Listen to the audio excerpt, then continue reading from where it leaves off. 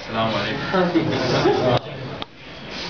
بما ان محرم نقرا الامام علي لوحات اثنين، امس بالليل لازم بيدي الكتاب اقرا لحضرتك نهج البلاغه، فهمني وما فهمت شلون مولاي عكس كل الكتب بيه الصياغه، بيه الحرف جمله وجملته كتاب، المثلي شلون يستوعب دماغه؟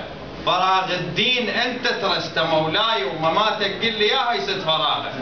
نحبك يا علي ونقصد ضريحك دوم، وشباكك شفاف قلوبنا تبوسه، منزلتك لأن عند الرسول هواي، منزلتك نفس هارون عند موسى، طبايع تمتلك مو مثل باقي الناس، خفة وسرعة عندك ما أظن صارت، من جيت البدر دوخت بيك يعداك، سيفك بالقراب ورؤوسهم طارت.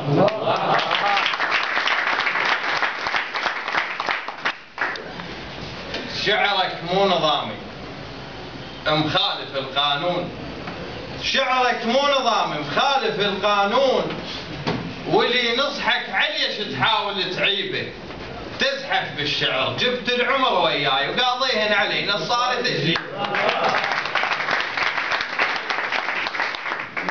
شفت واحد يسوى تنطيله جفوف، وتقتدي بعباس من شاف الشمر، وشفت مثلك كفر اسميهم رجال، ولا قل لك كفر اسميهم كفر.